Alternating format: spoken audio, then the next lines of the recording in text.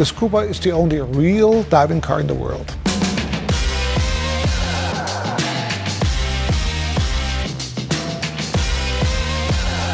We are building exciting concept cars to illustrate the future of mobility. Frank founded his company Rinspeed 42 years ago and has dedicated his professional life to creating extraordinary concept cars. But there's one that stands out from the crowd.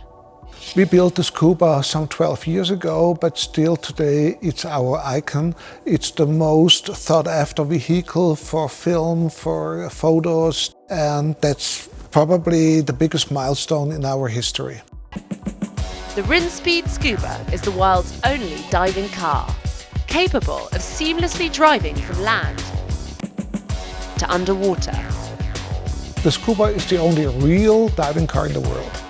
The sQuba might be the only one in the world, but the idea was first seen back on screen in 1977. The idea suddenly came from this vehicle. We all know it from James Bond. It was fiction, it was Hollywood, it never really happened. So our claim was to put all that fiction into reality to build up the only real diving car in the world, which it's still today. And we made it happen. Building such a unique vehicle required careful planning and engineering. We built up our sQuba based on a Lotus Elise. We did not redesign the Elise, but the inside, all its technology has completely changed. Took out the internal combustion engine and replaced it with an electric one. In the original James Bond movie, the car was closed, yet physically this is extremely difficult to do it in real life because it would mean to add a lot more weight to the vehicle, it would mean to add unsafety, so we decided to dive in the open, and that means that we have to have materials which dry off very quickly. The favorite feature of the sQuba certainly is the diving. It's the experience of floating underwater, going within the vehicle, and once you've done that, it's really out of this world and you cannot compare it to normal diving at all. As we dive in the open with the sQuba, we of course need not only material which dries off, but we also need connections to the compressed air for people to breathe. With my left hand, I control the props in the back. With my right hand, the power of the jets within the hood of the vehicle to propel water out in the back. And I also steer with that. And then the instrument to tell me all the status of the batteries, the depth, speed, and so forth.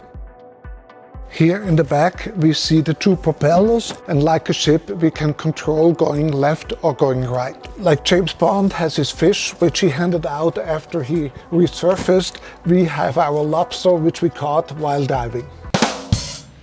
When we showed off the first time the sQuba, I mean, we were flooded by journalists. Despite releasing this vehicle years ago, the car remains a one-of-a-kind. We had a dozen of serious people interested in the vehicle, yet we declined the request because to build a car which can drive on the road, which is able to go in the water and to be exposed with corrosion is extremely complex. So we felt it's better not to duplicate and just keep it as a one-off vehicle.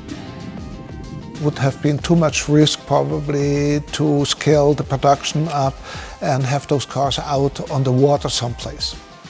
The automotive industry is watching us very closely on what we do. They get many times inspired by our innovations and inventions.